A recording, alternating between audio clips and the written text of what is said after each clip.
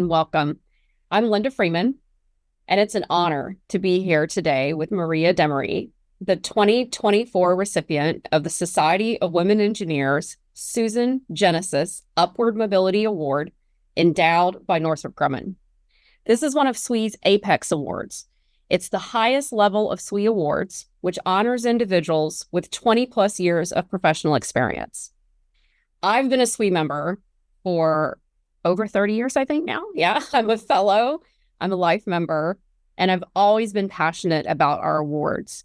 I think it's a great skill to sit down and think about our accomplishments and what we've done, and then also to be able to use it in the marketplace to be a role model for others. So first, Maria, I want to thank you for applying for the award because it really does make an impact with our membership. So Maria is Vice President and General Manager of Lockheed's newly formed National Security Space business, where she oversees an expansive multi-billion-dollar portfolio and leads thousands of full-time employees. She received this award for her strategic vision and outstanding leadership in the defense industry, for her advocacy for work-life balance, and for serving as a stellar role model for women in STEM. Wow. Congratulations on this award, Maria. I'm so looking forward to learning more in this interview about your great work in the industry. Thank you. It's great to be here with you today. I'm looking forward to the conversation as well. So let's start with the early part of your career. Tell us about the role of mentorship. Can you share about who some of your mentors were, the impact they had on you, maybe how you've chosen to pay that forward as a mentor? Yes. When I look back, so I've been in my career 34 years now, almost 35. When I reflect back, I can really see how important mentorship was across my career. I may not have always realized it at the time, but really, I feel like mentors are like those threads in your fabric. Some of them are very long threads, some of them are short threads. But truly, mentors have really helped me to achieve and pursue my personal and professional goals. And when I think about my mentors, there's a combination, right? We have formal and informal mentors. For me, I've had men and women mentors. I thought it was important to have that perspective of both for me and for myself. But when I think about how mentors can help, really, it's really in two ways. One is to help you to make career choices and to sit down and go through pros and cons of opportunities with you, look at how it fits into your path. But I think even possibly more importantly is to look at help you to see yourself through the lens that others see yourself. Because sometimes I think, particularly as women, we can be pretty critical of ourselves and find the reasons that maybe that opportunity isn't right for me or this isn't the right time. And I know my mentors have been the people that have sat down with me and said, this is why this is what I think you bring to the table, or this is why I think it is a good opportunity for you, and help me to really understand how it fits into the fabric of my career. So I do think that mentors are incredibly valuable. And for me personally, because of that, I really am committed to paying it forward and mentoring others and sharing my stories with others in hopes that will inspire and enable others to move themselves forward. And I think it's just a really important pay it forward. And when I think about that, when others thank me for mentoring or sponsorship, I always say to them, don't thank me, do it by helping others. Mentorship is really that gift that can multiply by sharing it with others. And I think it's very important to do that. Thank you. So you've advocated within Lockheed Martin for workforce improvements. I was especially interested in your sensitive, compartmented information facility life initiative. That initiative allowed employees on classified sites, which can often be cut off from the outside world for security reasons, to gather outdoors in unclassified areas, to have access for pods for phone calls. Why did you feel this was necessary, and how did it impact employee morale and productivity? So, being in a SCIF is, picture this, right? You don't have a cell phone, you don't have texting, you don't have a speakerphone. You're in work every day because the work has to be done in an office, in a special compartmented information facility like you described. And so we've become used to that working through the years. But when COVID hit and we really could see that other people were able to, switch to work from home, we didn't have that opportunity. We still had to be in the office. And as a working mother, I really could understand the struggle, particularly that parents were having that had to care for children that were, having to Zoom into school and all the things that we had to do. And so, being in the trenches and really understanding how hard it is to take a phone call from school when your cell phone is not with you, or when you need a teledoc appointment and you don't have a cell phone capability at work, we really had to look at how do we enable the environment to be more conducive to the life that we were living at the time. And frankly, we haven't gone back. I would tell you that we've probably accelerated many pilots that we had in works probably by like 10 years because we were able to really make a difference in that environment during that time. And so, it was just really important for us to do that, to make the work capability better for people. What the results that we saw was employee engagement was up, employee morale was up, attrition went down, and we've really made a workplace. We like to say make the skiff work the commute. Worth the commute to come in, and I think we've done that. And those of us that work in this environment, we love being around the people that we work with every day. We love being together. It makes it a lot easier to network and to collaborate and do a lot of things because we're in person. But we want to make that appealing as well. And so we wanted to try to break down some of those hurdles, particularly during that time. And as I said, we've been able to maintain those now, which has really been helpful to creating the workplace of the future for the workforce of the future. I think it's been really critical and important for us to do those things. I've worked in a SCIF before, a classified area, and my husband works in one now. And wow, I would love to work in an environment that sounds like what you set up. So that's just amazing. I'm sure your employees are very appreciative. Yes, I think, working from home is great some of the times, but we like being in too. So I think when you can have that hybrid and the capabilities to make that a little bit easier, it's really important for people for that balance that we're all trying to have. As you said in the introduction, work-life balance is something that I'm really passionate about. And this is one of the ways that we make that possible. Let's talk about advocacy.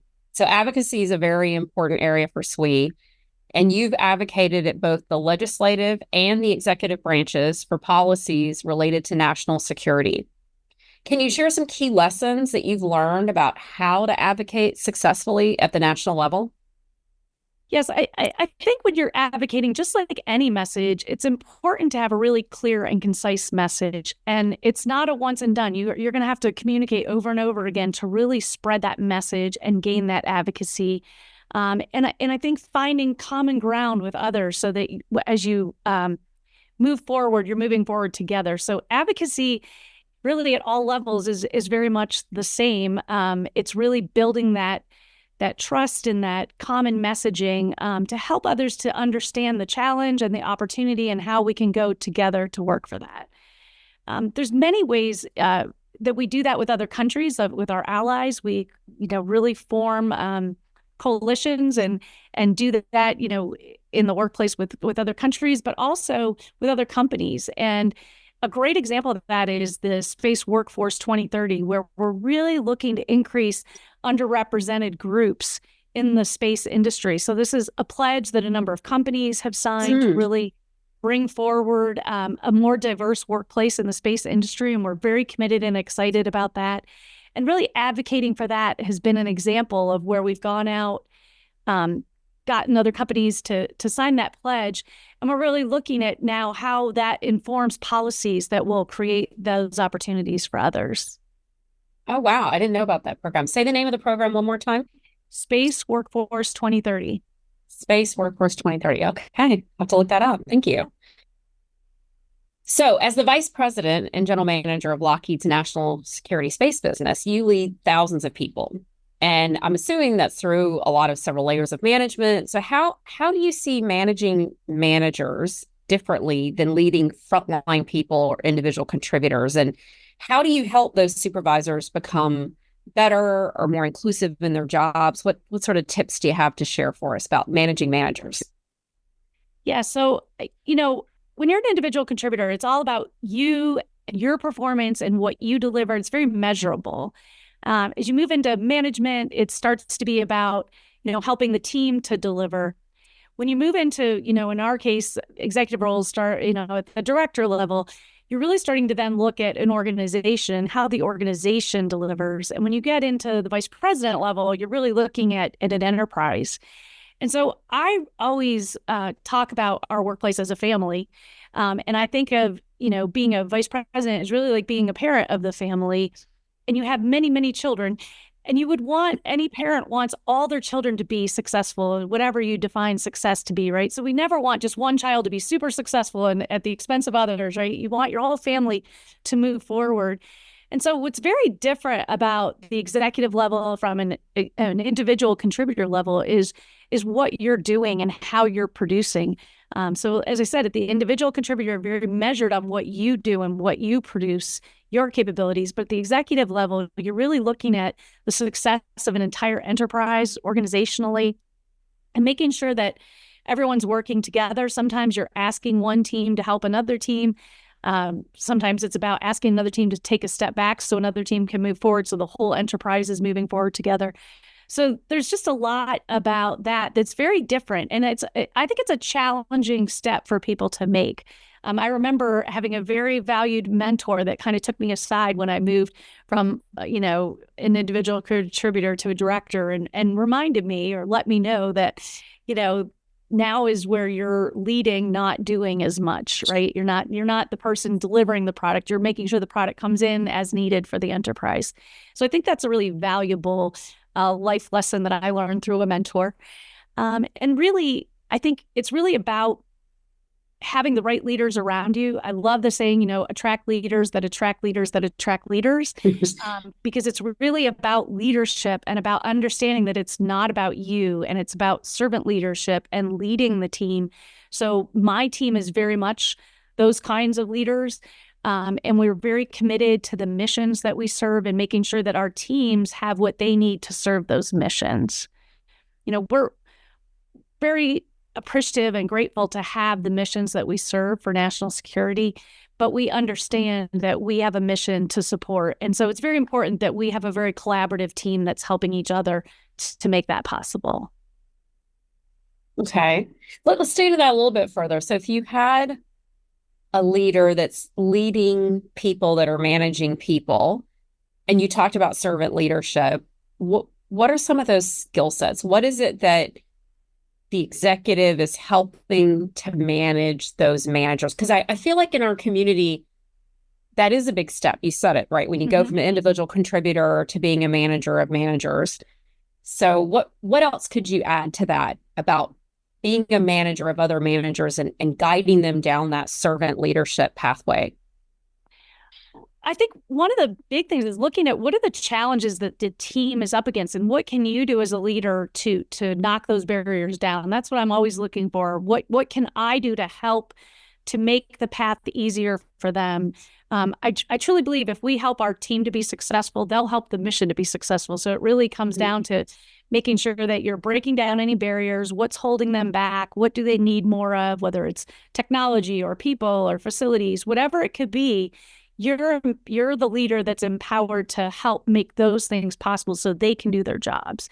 So if we're very focused on that, we also are very supportive of our teams through things like business resource groups. So making sure that we're understanding challenges that different groups of people might be having and how we can help them through those things, and just really looking at how we help to knock down barriers.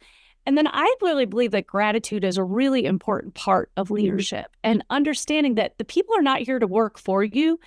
You're here to support them achieving a mission. So expressing gratitude to them in a multitude of ways, whether that's employee engagement activities or just stopping by and talking with them and actually caring about what they're doing and listening to their struggles so that you can make it better and celebrating success with them when they have it as well, right? So it's really about, again, I think of my workplace as a family. I remember one of my customers once said, "I see my family every day when I come to work," and I'd like to think of it that way too.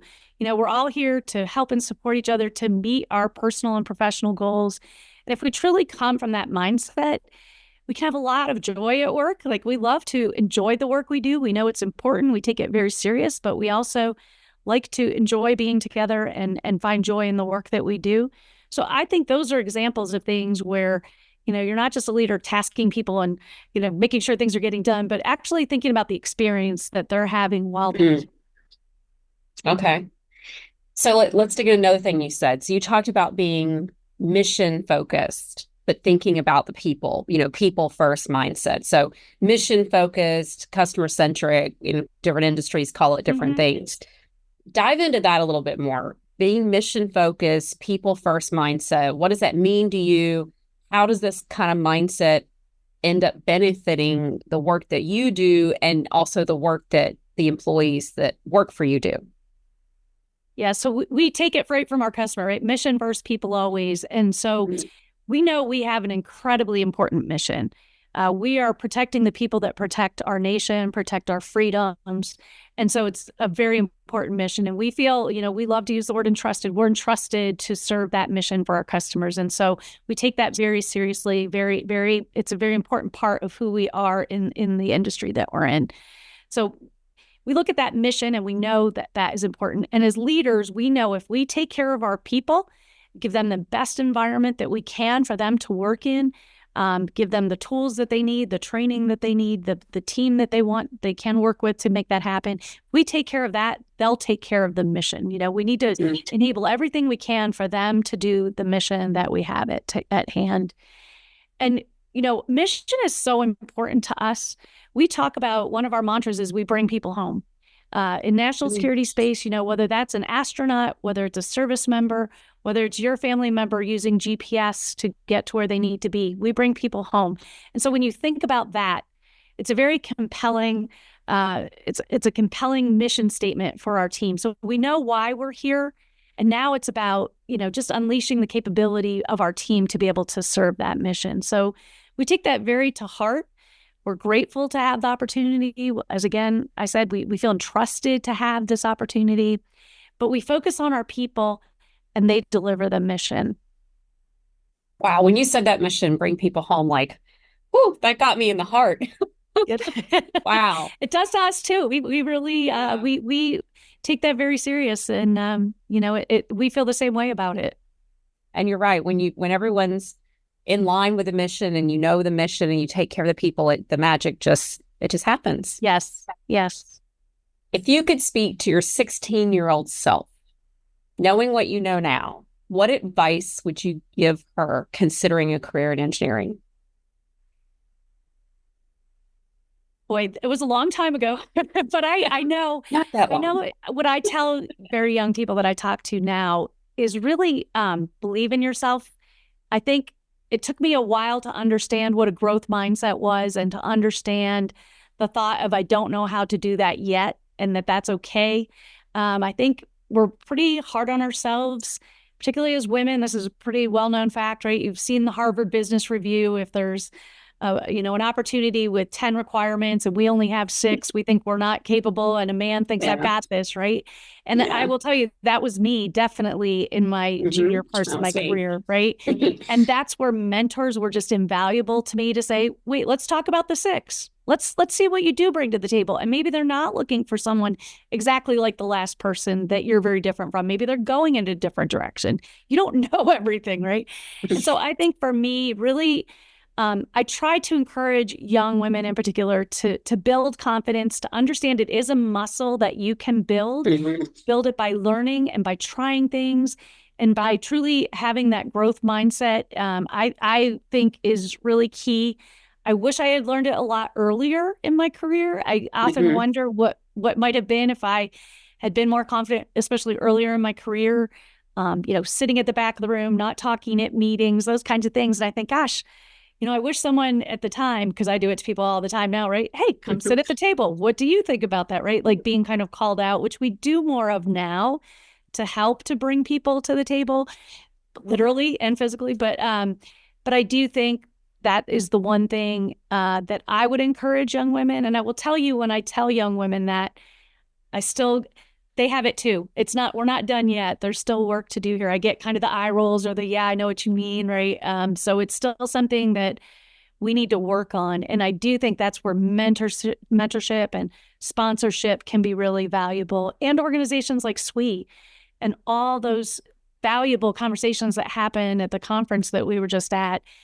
helping women to really understand the opportunity that's in front of them and how to embrace it and to go after it. Really important. Yeah, I think I would be saying something very similar to my 16-year-old self. Definitely about the confidence, not be so hard on yourself. Engineering might be scary now, but it's so much fun. You get to make the world a better place and solve awesome problems, and don't let calculus scare you. Right. Exactly. Congratulations again, Maria, on receiving the 2024 SWE Susan Jenniches Upward Mobility Award, endowed by Northrop Grumman Corporation.